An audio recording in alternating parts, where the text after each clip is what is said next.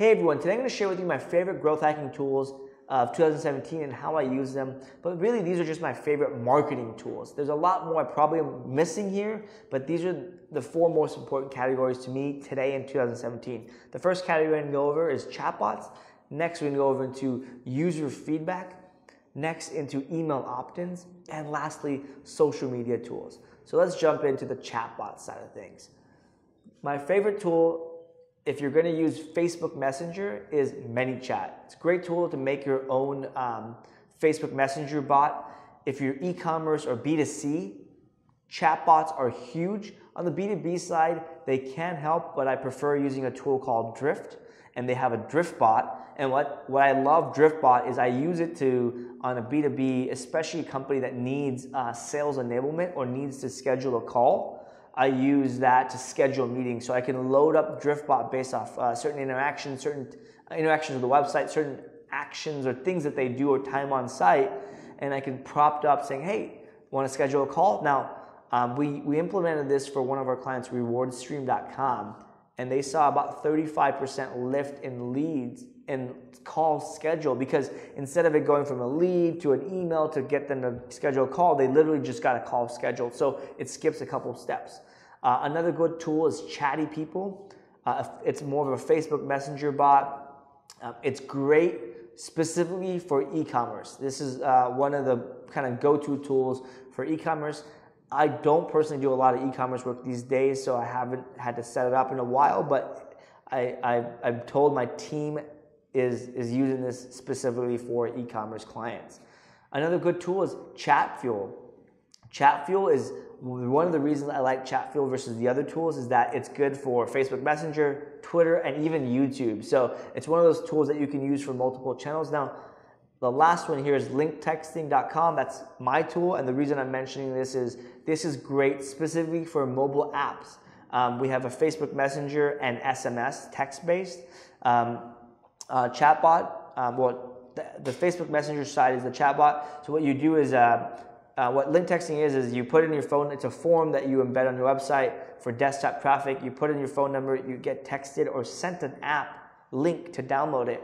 Why this is great is because most desktop visitors fail to actually turn into mobile. And again, we created this Facebook Messenger bot because we can then it allows us to drip people with more content. So we use onboarding to essentially, or we use the Facebook Messenger to onboard and nurture and remind people to download the apps, or improves retention. So those are the chatbots we like, I've used and recommend for those specific reasons. Now let's move on to user feedback. This is the single biggest area people need to focus on, especially if you're just new as a company or new to growth marketing or growth hacking. My favorite tool ultimately is Hotjar. Why? Because it does everything and it's good enough. It's good enough to ask for NPS. It's good enough to survey users. It's good enough to prompt certain actions. You can get people to subscribe to your blog and various things. So it's a good all-in-one. It's a great all-in-one tool because it does everything in a good enough fashion, and plus it's free. So that's why I like it. It's free. It's cheap. Very, very cheap for what it does. Especially, I think there's a free tool, but we use like the lowest kind of company plan. Next tool is Intercom/Drift. These are both kind of the same thing. In-app messaging and lead nurturing, or nurturing and email drips based off of user engagement. The real reason I like this is because it's a versatile tool. I can message people in-app. If I have a product announcement, I can in-app prompt. I can do a one-off campaign. I could also set up a nurture campaign based off of user engagement or time. Yeah, on Mailchimp or these types of other email-based stuff, you can set up time-based. But what I like about these Intercom and Drift is that you can set up based off engagement. So for example, at Mailshake, once you send your first email, that's what we consider an activated, or your first campaign, that's what we consider an activated user. You will then get a message saying, congrats, you've sent your first email. Here's some tips on how to send another one. Even better, here's how you can get better results and whatnot. We also do it time-based, so it helps us just get people to get to that next step, because why would we send emails to people about how you can better use our tool if they have never even activated in the first place? So user engagement-based email drips or in-app messaging is very, very important. I personally don't believe that in-app messaging is required. Most of the time it's intrusive. This is just my opinion. I don't have any data to match that, but every time I go in, when I have an intention to do something for a product, I get a little knowing message. I'm like, XXX, get this off of my face, but that's just my opinion. The next tools are tools, and there's a bunch of them, for NPS. Here's at the end of the day, the best thing I recommend for user feedback is NPS surveys. NPS stands for Net Promoter Score. It's where you ask your customers how likely they recommend your product on a 0 to 10 scale, 10 being the best. And after they answer 0 to 10, it's a little input box of give us kind of some qualitative feedback. I use Asknicely.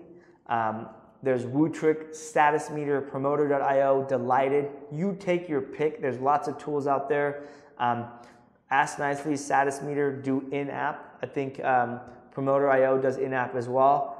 Wootric and Delighted, I believe they do email, but actually Promoter is email-based. But email, in-app, whatever, get and measure NPS surveys, because this is how you know what people really think about you, what problems they're having. You'll get good customer feedback, and you'll get some great testimonials. And you know what? Those 9s and 10s, people who respond 9 and 10s, ask them to do case studies, ask them for testimonials. It'll work really, really well. Actually, before we jump into email opt-ins, there's a subcategory of user feedback called user engagement. And this is really important. I've got a few tools that I want to share with you, or processes. So around user engagement, I just like good old-fashioned email, right? Yesterday, I just exported from Stripe all of our active users of Mailshake, and the ones who are paying our kind of latest price point. And I've asked them, like, hey, I sent them a survey, like, hey, what are you using Mailshake for? What's your role? I'm just trying to get an understanding of them. Another good tool is Churndown. They're churn surveys. Essentially, when people are churning, it forces them to kind of fill out a form, or you can ask, or force them to fill out a form, or you can ask them. I really just like talking to my customers, and I find the best place to do that is Facebook groups. So another tool I would recommend is Facebook groups. This is a huge area, a huge opportunity to talk to customers, get your customers to talk to each other, to make them smarter. I just like it because the customers get to know me, and it adds an emotion, a relationship to it. Whereas through email or kind of on my product, they don't get to know me. And when they get to know me, I'm a real person, and they're not going to be pissy. They're not going to be as annoyed if something happens. They're going to be willing to give you maybe some feedback. Another good tool is Peak. It allows people to make 5-minute videos using your website, and it'll essentially just give you feedback on like what somebody who doesn't know anything about your website thinks of it, and gives you some really good feedback. Other good tools are Typeform, SurveyMonkey, Google Forms, whatever. Use whatever tool you use to create forms. Email your customers, surveys, forms, get to know them. You really need to understand your customers, what they do, what they love. And frankly, from that information, you can get maybe people to your Facebook group. You can get people to give you case studies, testimonials, what have you. All right, let's talk about email opt-ins. One great tool for email opt-ins is using Viral Loops, so viral-loops.com. Great for giveaways. If you don't, or like product launches, or you're about to launch, or pre-launches essentially, you can collect email addresses. It's a plug-and-play solution, fairly cheap. Starts I think at $49 a month. Sumo, great all-around email collector. It's a pretty robust tool for like, you know, a smart bar, a welcome mat that kind of takes over, sidebars. They even have in-content banners you can create now. Very, very cool. It's just a good all-around tool, kind of like Hotjar but for email. Hellobar is another great tool. Similar, I think Sumo Me is similar to Hellobar, but what I like about Hellobar is it's just a much nicer UX. It's a little less, has a little less features, but it just kind of looks a lot more polished when it comes up on your website. So that's another good alternative. I like Drip. Drip is a great email marketing tool. Another great one is ConvertKit if you're a blogger. But Drip is great because it allows you to create a drip campaign for everyone that opts in. So it's kind of like a MailChimp on steroids. Every single person that opts into my email list is usually going through a path of, if they've downloaded an ebook, they go through like some of my best content that they receive first. If they just opted in, they also get my best content, but at some point we kind of tell them about our Facebook group, our courses, our books, and things like that. Whereas like if they download a book, they don't need to know about our book; they already downloaded it. So, and then at some point, then they get our latest articles and latest content. So I love Drip because you can essentially set up a Drip campaign very, very simply, as compared to Mailchimp or other tools like that. So check that out. 2 more tools that are great are FOMO. So FOMO is a great tool for e-commerce businesses. You can collect email addresses here too. It just tells people, hey, here's somebody opted into your list, somebody bought this and whatnot. Another tool is Review, Get Review, R-E-V-U-E. Review is a content curating solution. It's like an email newsletter. So if you're not creating content, you're not writing stuff, at least curate content, right? You don't have to be the creator of the information. You have to be the source of the information. So, and if you don't have an email list, or if you're not creating content, like why would somebody opt into my list? Because you're going to curate content and you're going to send it off. Review is a tool that just allows you to quickly do that. All right, now let's talk about social media. Some of my favorite tools on social media are: 1, Narrow. Narrow.io is a company I own. So full disclaimer, I do make money off it. But the reason I created it in the first place is I wanted to increase my Twitter following. So Narrow automatically increases your Twitter following by following people based on specific hashtags, websites, and whatnot. And they'll follow you back and kind of continue that. I've increased my Twitter following from 10,000 to 45,000, I think almost 50,000 followers now using Narrow. That's the one thing I use. And I've been using consistently to build my following. Great thing is you can set it and forget it. It's on autopilot and it's super cheap. All right, next tool is Q plus Buffer. So remember I talked about curating? Well, Q allows you to curate, QUU.co. Again, another company I'm a partner in, not a founder, but I love the tool so much. I was like, hey guys, let me get involved. I really want to help you guys grow because again, it just was awesome. So Q, the way it works is people submit content to Q and you subscribe as a user to certain categories and it syncs to your Buffer account or Hootsuite or whatever, and it schedules out content. So between Narrow and Q and Buffer, my social media calendar, all of my growth and the things I share are automated. Then my team or myself has just go in and engage with people every once in a while or kind of be reactive. But those things help me kind of get everything off the ground and make all of our companies look like they're very, very active. Because all we're doing is engaging on Twitter with on relevant categories or content and then sharing relevant content that's good. So super easy. Third tool is Espresso. Great, simple tool for people doing Facebook ads, especially great for beginners because it has a lot of kind of different plugins a lot of templates and things like that you can use. I mentioned in my previous videos that my main KPI, my North Star metric right now for our companies is the number of brand mentions. And Brand 24 is my favorite tool for that. It monitors your Instagram, your Facebook, your Twitter, your links to your blog, your mentions in the news.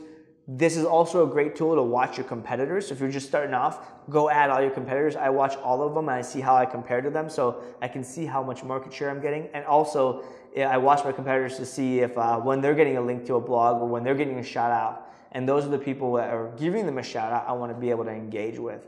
Another great tool is BuzzSumo. Great for researching what's popular, especially great for content marketing so you can see what keywords, based off what keywords, what content has gotten good shares. They also have a monitoring tool, which I use to monitor the number of backlinks as they come. Like I use Ahrefs and Moz to measure the number of backlinks I have in total, my domain authority and whatnot, but I use BuzzSumo to see them as they come. Brand24 does that as well, but BuzzSumo just does that and it does it really, really well. And the last tool I want to share is Snappa, snappa.io.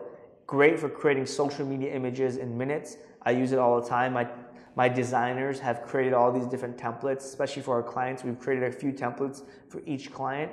then our social media, our marketing team, our content marketers can go in and go tweak that template for every single blog post, maybe customize the text, customize the background image, but the color, the theme, the kind of font style all remain. So those are my favorite tools. I use these things probably every single day. For some clients, I use them even more. Some tools I use like 10 times a day. I didn't mention the obvious ones like Google Analytics, choose your favorite A/B testing tools, optimize the unbalanced VWO. There's a bunch of tools to choose from, but ultimately a tool is only as good as what problem you're trying to solve, what strategy you're trying to solve. So choose tools based off that. Hopefully that has helped. All right, guys, until next time, take care.